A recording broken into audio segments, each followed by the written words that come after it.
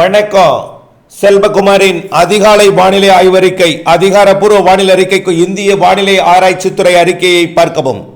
2025 பிப்ரவரி 26 புதன்கிழமை அதிகாலை நிலவர வானிலை பதிவு.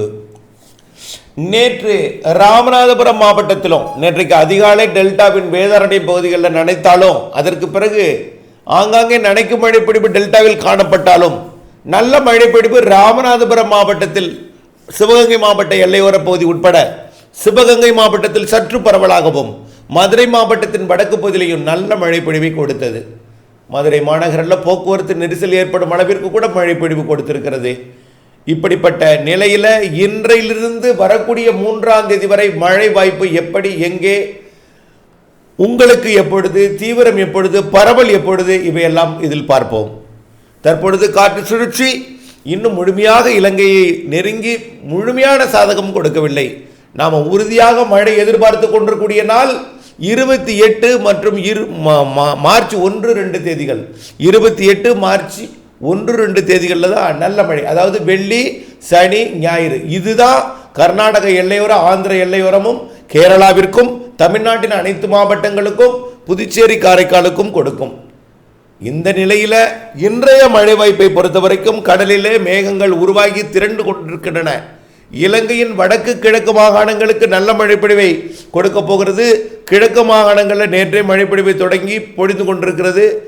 அது யாழ்ப்பாணம், காங்கேசன்துறை உள்ளிட்ட பகுதிகளுக்கு நல்ல மழைப்பொழிவை கொடுத்து ராமேஸ்வரம்லாம் தாண்டி மதுரை வரை போயிருக்கிற நிலையில் இன்றைக்கு டெல்டா மாவட்டங்களில் இன்றைக்கு காலையிலிருந்தே மழைக்கு சாதகம் இருக்கிறது. ஆனால் மதியத்திற்குள் ஒரு மழை வேதாரண்யம், தலைஞாயிறு, திருத்துறைப்பூண்டி, முத்துப்பேட்டை மற்றும் அதனை ஒட்டியுள்ள கோட்டூர், பட்டுக்கோட்டை, அதிராமப்பட்டினம், பேராவூரணி போன்ற பகுதிகளுக்கு வாய்ப்பு இருக்கிறது இன்று காலை மதியத்துக்குள்.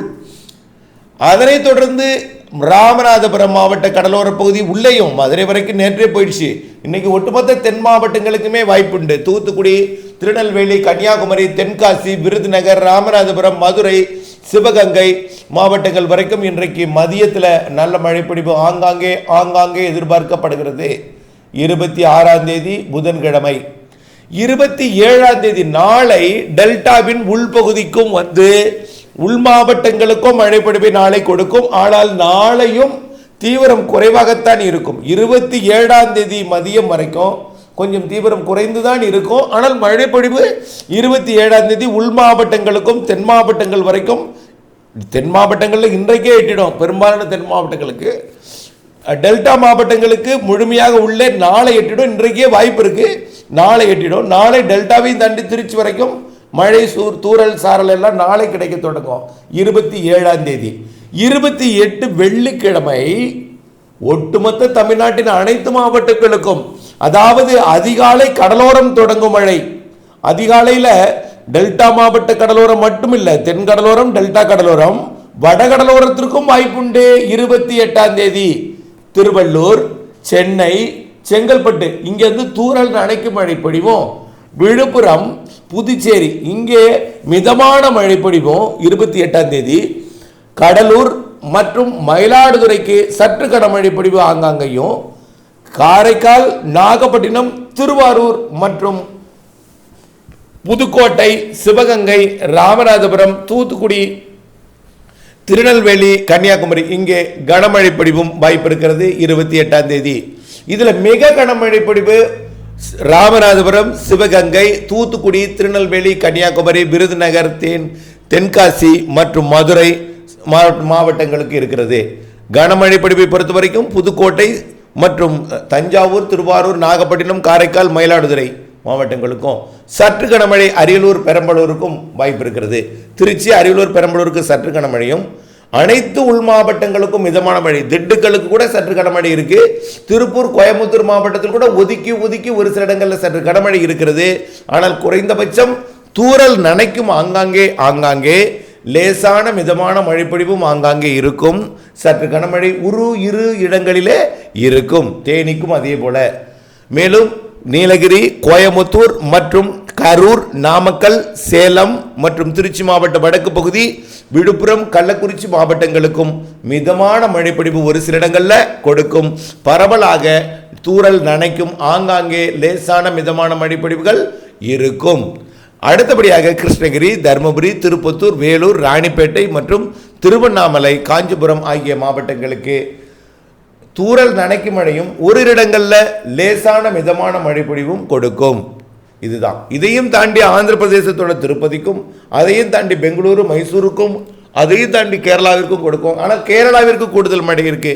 அதாவது தமிழ்நாடு, புதுச்சேரி, காரைக்கால் நம்பர் 1 இடம், அடுத்த மாநிலம் கேரளா, அடுத்த மாநிலம் கர்நாடகா, ஆந்திர எல்லையோரம் மட்டும் என்று எதிர்பார்க்கப்படுகிறது. ஆகவே 28ஆம் தேதி வெள்ளிக்கிழமை தான் அனைவருக்குமான மழை என்பதை நினைவில் கொள்ள வேண்டும். அறுவடைக்கு தயாராக இருக்கக்கூடிய நெல் தானியங்களை இன்றைக்கு கூட நீங்கள் அறுவடை செய்யலாம். மதியம்தான் மழை வரும், வாய்ப்பு இன்னும் வழங்கி கொண்டிருக்கிறது இயற்கை. முதிர்ந்த நெல் தானியங்களை அறுவடை செய்யலாம். ஆனால் வைக்கோலை நீங்கள் சேமிக்க வேண்டும். பின்னாடியே உடனடியாக வைக்கோலையும் சேமித்து கொண்டு வாருங்கள். 28ஆம் தேதி கண்டிப்பாக மழை டெல்டா பரவலாக டெல்டா தாண்டி அனைத்து மாவட்டங்களுக்கும் எட்டும். 27 நாளை மதிய மாலை டெல்டாவிற்கு மழை வாய்ப்பு, கூடுதல் வாய்ப்பு. இன்றைக்கு நேற்றை விட சற்று கூடுதல் பரப்பில் அதிக மிரட்டலுடன் இன்றைய வானிலை காணப்படும். ஆனால் அறுவடைக்கு வாய்ப்பு வழங்கும். நினைத்து விட்டால் நிறுத்திவிட வேண்டியதுதான். ஆனால் இன்றைக்கே நீங்கள் அறுவடை செய்து இன்றைக்கே நீங்கள் நெல் தானியங்களை சேமித்து வைக்கோலையும் சேமிக்க முடியும் என்பதற்கு எல்லோருக்கும் வாய்ப்பு கிடைக்காது. ஆனால் வாய்ப்பு பலருக்கு கிடைக்கும். முயற்சி செய்து பாருங்கள். நாளை காலை வரைக்கும் கூட சிலருக்கு வாய்ப்பு கிடைக்கும். நாளை மதியம் வரைக்கும் கூட பலருக்கு வாய்ப்பு கிடைக்கும் சிலருக்கு. ஆனால் நாளை மாலைக்கு பிறகு 27ஆம் தேதி மாலைக்கு பிறகு மழை பொழிவு கண்டிப்பாக படிப்படியாக பரவலாகி 28 மற்றும் மார்ச் 1, 2 தேதிகளிலே அனைத்து மாவட்டங்களுக்கும் ஒதுக்கி ஆங்காங்கே பரவலான மழைப்பொழிவை கொடுக்கும். மேலும் இந்த மழைப்பொழிவிற்கு பிறகு, அதாவது அறுவடைக்கு முதிராத நெல் தானியங்களை வைத்திருப்பவர்கள் இடைவெளி இருக்கிறதா அப்படின்னு கேட்டு இதில் அச்சப்பட்டு கொண்டிருக்க. அச்சப்பட தேவையில்லை. இந்த 28 மற்றும் மார்ச் 1, 2 தேதிகளில் மட்டும் ஒரு சில இடங்களில் கனமாக இருக்கும். நேற்றைக்கே சிவகங்கை, ராமநாதபுரம், மதுரை மாவட்டத்தில் அச்சமூட்டு மழை, கனமழை பொழிந்திருக்கிறது.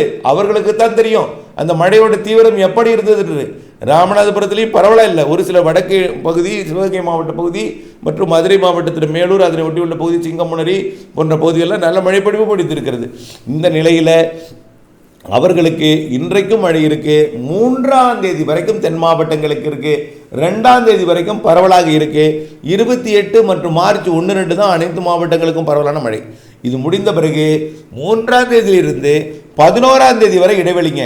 12ஆம் தேதி அடுத்த காற்று சுழற்சியால் மழை. 11ஆம் தேதியே குழப்பலாம். மார்ச் 11 குழப்பம், தூறல். மார்ச் 12 மழை, 13 மழை. அடுத்த காற்று சுழற்சி 11, 12, 13 தேதிகளில் வருவதற்கு சாதகம் இருக்கு. 12, 13 2 தொடங்க நம்பர் சொல்லியிருக்கோம். 2, 12, 22 சொல்லியிருக்கோம். அடுத்தது 22 மார்ச் 22 என்பதையும் ஏற்கனவே சொல்லியிருக்கிறோம். ஆகவே வானிலை அறிக்கையுடன் இணைந்திருங்கள். வானிலை அப்டேட்ஸ் அறிந்து திட்டமிட்ட வேளாண்மை செய்திடவும், இடைவெளி அறிந்து அறுவடை செய்திடவும் தொடர்ந்து வானிலை அறிக்கையுடன் இணைந்திருக்க அன்போடு கேட்டுக்கொள்கிறேன். நன்றி.